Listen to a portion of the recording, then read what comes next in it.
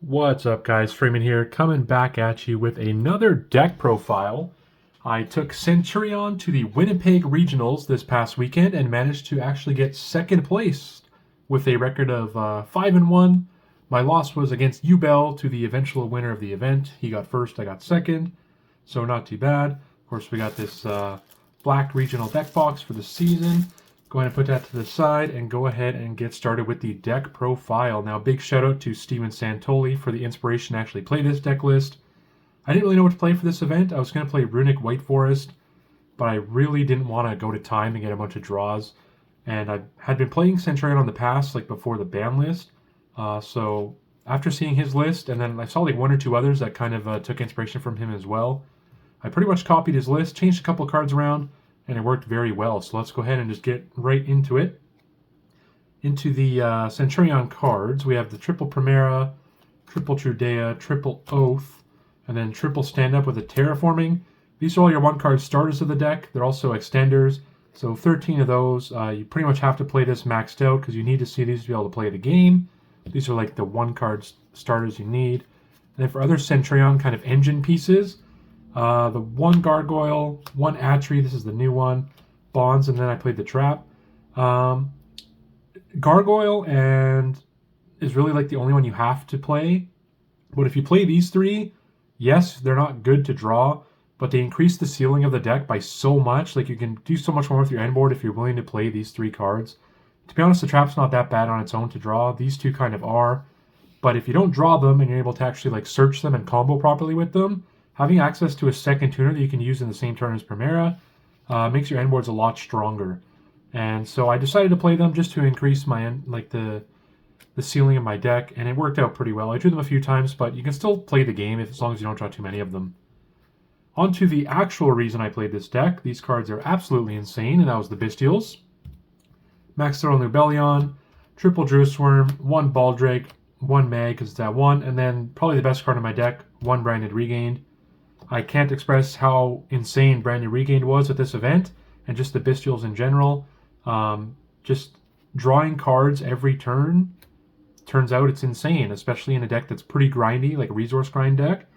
And yeah, I mean, the Bystials were nutty. Level 6 is really good at making Chaos Angel on your opponent's turn. Can't say enough good things about the Bystials. They were extremely good for this event. On to the non-engine. I went with just kind of hand traps as usual. 3 Ash, 3 Nib, 3 Veiler, 3 Impermanence, and then 3 Droll. This was kind of a last-minute change. I was on Triple Tactics Talent, which is actually from the Santoli build. I kind of decided last minute that I would switch to Droll, just because I didn't want to lose to like random rogue decks that are just like searching a lot. Never drew it. I think that's a lie. I drew it one time. I think it discarded off my field spell. So it's hard to say whether it was better than Talents or not, because even if I drew it and it was Talents, like, yeah, I would have just probably discarded it anyway. So that was the main deck, 41 cards. Performed very well. I bricked one time throughout the entire tournament. That was game 2 against Ubel. I went first. I opened just like 5 hand traps and passed. But it was a bunch of duplicate hand traps, so he was able to just kind of play through it. But yeah. Anyways, on the extra deck, for Centur-ion Synchros, I played one of the new one, Oxilla, and then 2 of the Legatia, the older one. So you only need one of this one. It's just part of like your turn 1 combo. You just end on this. There's no reason to ever really make another one ever in the game. 2 of this one. You can make this turn 1 along with this and kind of end on 2 level 12 Synchros. Or this is a good one to make on your opponent's turn if it's like a really simplified game state, just to get the destroy one and draw one. 2 actually came up for this too, so I'm glad I played it. Best card on the deck, Crimson Dragon. Rest in peace, Calamities. But to be honest, the deck's more fun now without Calamity, because you get to summon this guy. Sometimes 2 of him, and honestly, no one was able to out this card. Even if they did, it just comes back. Like, this card is so big that you don't have to actually use its negate until they're threatening to get rid of this card, because otherwise they'll just never get rid of it anyway, so there's no reason to waste your negate. And then if they're like going battle phase to like evenly match this card, you're winning anyway, because even if you negate the evenly, you lose the rest of your board. You can't lose that turn, and then you have this thing coming back at the end of your turn. Like, this card's actually so insane. I summoned 2 a few times, so it definitely came up. Definitely played 2. And then the last level 12, like Crimson Dragon target was Red Supernova Dragon. Never summoned this at the regional. I did summon this in testing as well as at the locals the night before, which I did also take first place in. But this card's very good when it comes up, and I just wanted like another Crimson Dragon target. In terms of other level 10s, I played Changing and Chaos Angel. Chaos Angel's insane in this deck. You can make a light and dark Chaos Angel on your opponent's turn using Primera and a Bystial. When you get to use Druis Worm, you get the Chaos Angel banished as well as the Druis Worm sand. Did that a lot, and then almost no deck has an out for this other than like Imperm, and you're able to like kind of ensure that they're never able to get a back row card to actually do that. And then Changing, I played as my other target. I don't own a Dispatter, or I would have considered that. Changing actually did come up though against Ritual Beast. He really prioritized outing the Changing because I would have just gained too much advantage had he let it stuck on the field. Played 1 level 8 Synchro, Pack Bit, never summoned it. Just kind of just a placeholder until we get that new Synchro in Rhoda.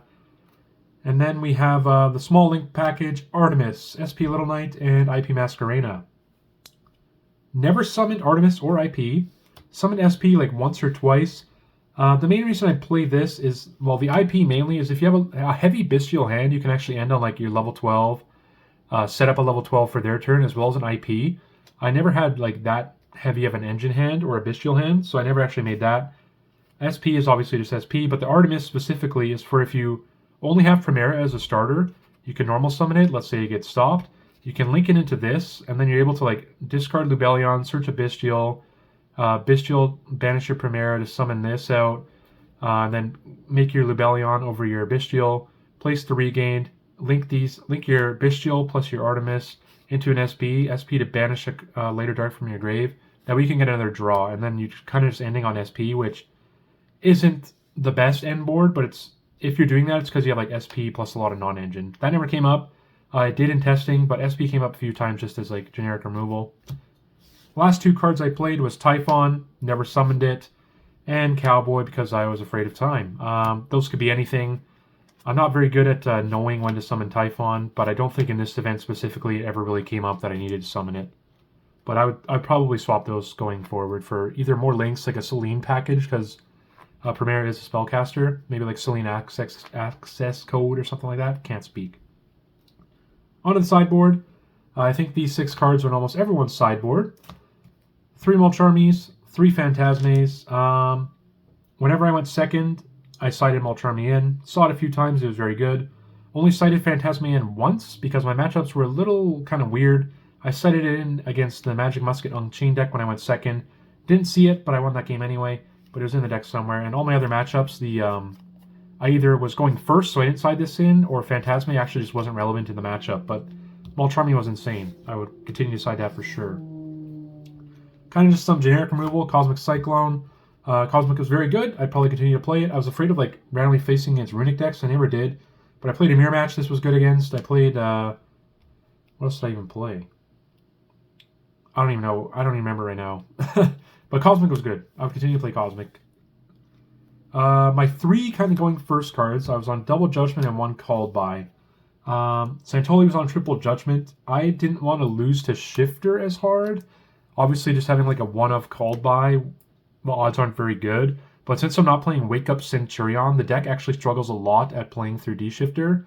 But I didn't really want to play that card just for that one scenario. Because that card does nothing when you draw it, and I'm already playing like Bonds, Atri, and the Trap. So I didn't want another brick in my deck. So I wanted like a card to out Shifter. I only played against 1 Shifter deck though, and we managed to take the match regardless. Last card was Dogwood, just because, yeah, time. Never went to time a single time. Matchups real quick. We round 1 was against Chimera. That was a 2-0. That was with one of my buddies that we all went to the regional with. I won the roll. He couldn't break the board. Game 2 he went first. He unfortunately bricked, and I was able to beat him 2-0. Round 2 was actually a mirror match, which I never expected. I think we were the only 2 Centur-ion players in the room. I won the roll. Again, you'll notice the theme here. I got pretty lucky with die rolls. I won going first. He won game 2 going first, and then game 3 I managed to win, but that was a much more grindy game because he had a lot of Bystials and non-engine to kind of stop my turn 1 board. But the what kind of sealed the deal was Solemn Judgment on his Chaos Angel, and then I had my own Light and Dark Chaos Angel that he was unable to out. That was a fun game. He ended up getting 4th place at the regional. I was his only defeat. Round 3 was against Ritual Beasts. I won the roll there as well. Game 1 I won. Game 2 he had Shifter and Protos Call Light. I just kind of scooped it up there. Game 3 I was able to go first and take the win there. He was on like a Dark Ruler Evenly kind of build and on hand traps. I don't know if that's common for Ritual Beasts, but he had Book of Eclipse like every game and it was cooking me. But we managed to take that match just barely. Round 4 was against Unchained Magical Musketeer, kind of a deck that's been popping up a lot recently. Managed to take that one 2-0. Won the roll that one as well. So I'm 4-0 at this point with 4 die roll wins. So obviously pretty lucky. Yeah, that one was 2-0. Nothing really to say there. It was not even close, to be honest. I was just, like, the Bystials were insane in that matchup. Round 5 was against Ubel, where I lost the roll. He went first. He played through triple hand trap, and I couldn't break the board. Game 2 I went first. I opened, like, 2 Nibiru, 2 Ash, and a Solemn Judgment. It was not enough to stop him. Unfortunately, lost that game, the only game I bricked, and he took that one 0-2. He actually went on to win the event, so can't be too upset about that one. And then the 6th and final round, I played against Memento, another friend from back home. We were both X1 at the time. Game 1, I managed to take it. He didn't quite read my field spell properly, and he tried to destroy it, and he couldn't. Game 2, he drew his 5, he passed, but I did not have a good enough hand to like go for a kill, and he ended up passing back to me like twice, but I just kept drawing like Bystials and hand traps that I could do nothing with. So he actually managed to, after like 2 or 3 turns of passing back and forth, he won that game due to me not reading a card properly. I banished like a monster from his graveyard, and then a memento spell in his graveyard triggered to summon 5 monsters from deck. That will teach me to always read cards, especially in the last round of a regional on the bubble. But then game 3, I managed to take the win going first. So 5-1. Every match that I won the die roll. So I definitely got pretty lucky at this event. But I do also think the deck performed pretty well. I think the Bystials are suited well for this format with all the Fiendsmith decks running around. And it also just hits like random cards in every deck. And you can also just banish your own stuff if you need bodies as extenders, because Auxilla can put them back as a trap card from the banish pile. So deck performed very well. I'm going to continue to play it going into the next set with the new level 8 Synchro coming out. I'm excited for that. I also really like the Engraver mat, so I'm happy I was able to take one home. And yeah, I'm excited for Nationals next summer. If you guys enjoyed, be sure to like the video, subscribe to Team Rec. Thanks, guys.